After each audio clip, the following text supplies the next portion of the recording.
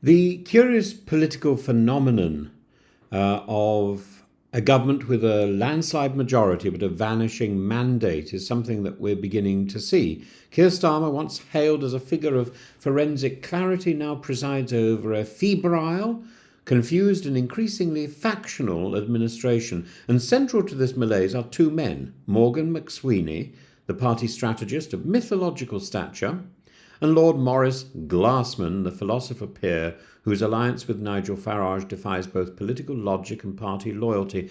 And this is a story that I didn't know very much about until a few days ago when it was brought to my attention. So I'm very grateful. And Morgan McSweeney is often spoken of in reverent tones.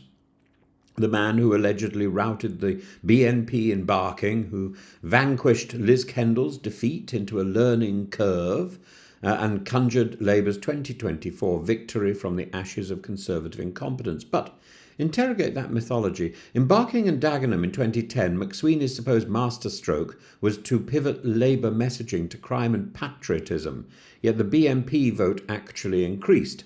Labour simply benefited from the higher turnout of a general election year. His supposed laser focus achieved less than neighbouring boroughs who never saw him. As for the 2024 victory, it was less a coronation than a collective sigh of relief. Labour's vote share underperformed polling expectations, and the collapse of the Conservatives was not the genius of McSweeney that delivered the landslide. It was the absurdity of a tired Conservative government and a knee-jerk, sudden election call. And post-election, what has he done? Or more precisely, what hasn't he done? Wasted weeks attacking the Labour left while the public demanded housing, health and security, allowed Diane Abbott's treatment to become a media distraction, orchestrated internal purges, not national progress, oversaw a messaging strategy on immigration that now sits uneasily beside footage of Starmer, the human rights lawyer, championing migrant rights. This is less a campaigner of genius and more a micromanager of division. And now to Maurice Glassman, a Labour peer who once infused the party with Blue Labour's communitarian instincts and who now publicly aligns himself with Nigel Farage. Not on Brexit, not on fishing rights, but on grooming gangs.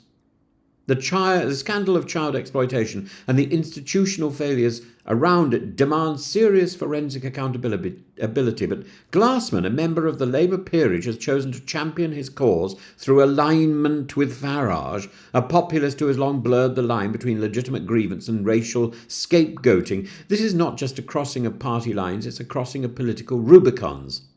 When a Labour peer feels compelled to co-sponsor a bill with a man who once described Romanian migration as a threat to British streets, it signals not moral clarity but political fragmentation and stupidity. The cause may be just, but the alignment is toxic.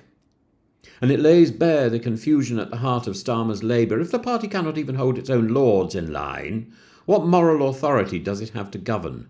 The rot, ultimately, is not just in the advisers, it's in the Prime Minister.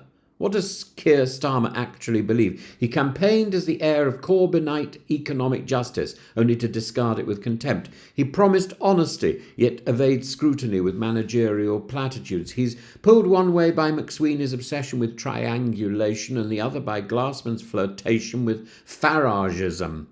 The result is a politics that pleases nobody. Too brittle for Social Democrats, too cautious for the disillusioned centre, and too muddled for those flirting with reform. As Think's Insight and Strategy rightly notes, the Labour coalition is big but shallow, and shallow coalitions drown easily in the tides of public disenchantment. Keir Starmer promised clarity. What we have is a hall of mirrors, with McSweeney and Glassman each tugging at the party's soul in opposite directions. The public, meanwhile, grow ever more impatient. No one likes a tugger. It's self-indulgent and dull. In truth, this is not a government of national renewal. It's a government in search of its own reflection, haunted by its own contradictions. If Starmer wants to lead rather than simply survive, he must decide. Is he the lawyer of rights or the manager of optics? And are his advisers governing by myth or miserable merit?